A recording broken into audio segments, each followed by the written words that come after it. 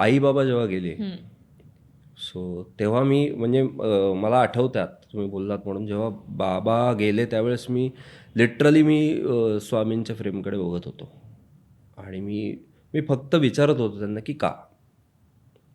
काही नाही, छान सगळं व्यवस्थित होतं आणि सडनली गेले बाबांना हार्ट अटॅक आला. सो मी काही म्हणजे मला असं झालं की कुठं चुकलं माझं किंवा बाबांचं.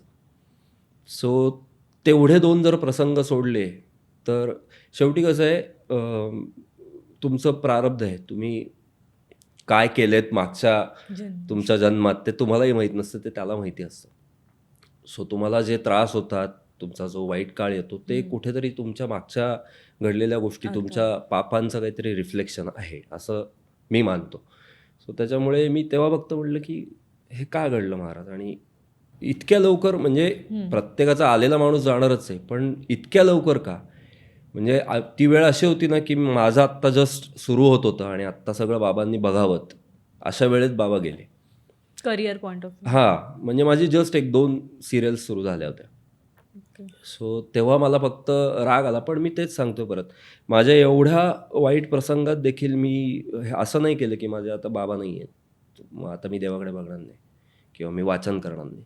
माझं माहितीने मला ते त्यांनीच करून घेतलं. माझं आणखीन जास्त वाढायला लागलं ते वाचन. आणि मी आत्ता जर 2 तास बसत असेल म्हणजे त्या काळातलं सांगतोय, तर मी तेव्हा 4-4 तास बसायला लागलो. मे बी त्यांनी ते बसून घेतलं तेव्हा माझं ते डोकं चाललं नाही आणि त्यामुळे एक गोष्ट झाली ना, मी वाईट मार्गाला कधी गेलो नाही. चुकीच्या गोष्टी माझ्याकडनं घडल्या नाहीत. मला राग आला तर मी खरंच सांगतो, तुम्ही माझ्या ओळखीच्या कोणालाही विचारा, मी 1-1, 1.5-1.5 तास देवळात जाऊन बसायचो तेव्हा. कुठल्याही देवळात. कोणाशी बोलायचो नाही, काही नाही. बसून राहायचो. राग शांत झाला, सगळं ओके झालं, मग कामाला जायचो. सो त्याच्यामुळे देव तुम्ही मानण्यावर आहे. तुम्ही मानलात, नाही मानलात तरी तो आहेच. फक्त तुम्हाला जर अनुभव हवे असतील तर तुम्हाला शरणागतीशिवाय पर्याय नाही.